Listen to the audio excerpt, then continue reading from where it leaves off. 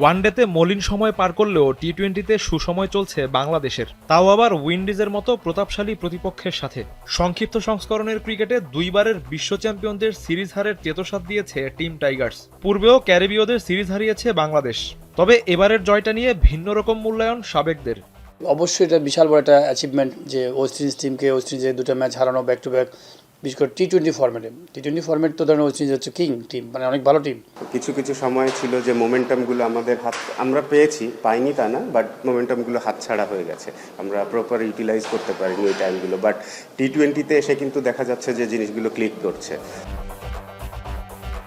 ক্যারিবীয় দ্বীপপুঞ্জে বাংলাদেশের সিরিজ নিশ্চিতের অন্যতম কারিগর শামীম পাটোয়ারি। অধিকাংশ ব্যাটারদের ব্যর্থতার মিছিলে আলো ছড়িয়েছেন এই ক্রিকেটার। তার ৩৫ রানের ঝোড়ো ইনিংসই বাংলাদেশের জয়ে কার্যকরী ভূমিকা রেখেছে, যে কারণে তাকে নিয়ে প্রশংসা ঝরল সাবেকদের কণ্ঠে। সঙ্গে কৃতিত্ব দিলেন বোলারদেরও। ব্যাটিংয়ে হ্যাঁ আমরা মোটামুটি একটা রান করেছি, কিন্তু বোলিং ডিপার্টমেন্টটা ওয়েস্ট ইন্ডিজকে পুরো ভেঙে দিয়েছে।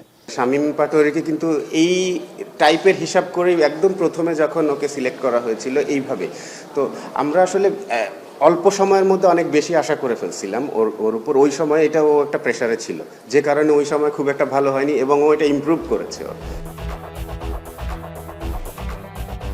বাংলাদেশ জিতলেও ব্যাটিং ব্যর্থতার বৃত্তে ঘুরপাক খাচ্ছেন লিটন দাস। অফ ফর্মে থাকায় তাকে টি-20-র অধিনায়ক করার পক্ষে নন খালেদ মাসুদ পাইলট।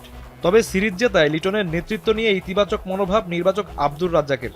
দুইটা ম্যাচও এখানে করলো, দুইটা ম্যাচে ও ম্যাচ জিতিয়েছে, তো তাহলে ক্যাপ্টেনশিপ নিয়ে তো আর কোনো কথা থাকার কথা নাই। লিটন যে ইন্ডিভিজুয়াল প্লেয়ার ভালো, আমার কাছে মনে হয় যে এই ক্যাপ্টেন্সির প্রেশারটা না দিলেই ভালো হতো তাকে, বরঞ্চ অন্য চুজ করলে পারতো। অনেকেই দু একজন বেশ কিছু ভালো প্লেয়ার ছিল যাদেরকে রাখলে আমার ভালো হতো। মেহেদী মিরাজ ভালো করছে, শান্ত যে পারফর্ম হয়তো ভালো করে নেয়, কিন্তু প্লেয়ার তো ভালো, তো সে অলরেডি ক্যাপ্টেন্সি করেছে। তো আমার কাছে মনে হয় এই দুটো অপশনকে নিয়ে বেছে নিয়েই আমার কাছে মনে হয় যে ভবিষ্যৎ চিন্তা করা উচিত।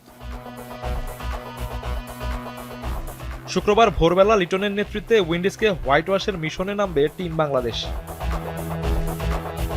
এসকে শাওন, এখন ঢাকা।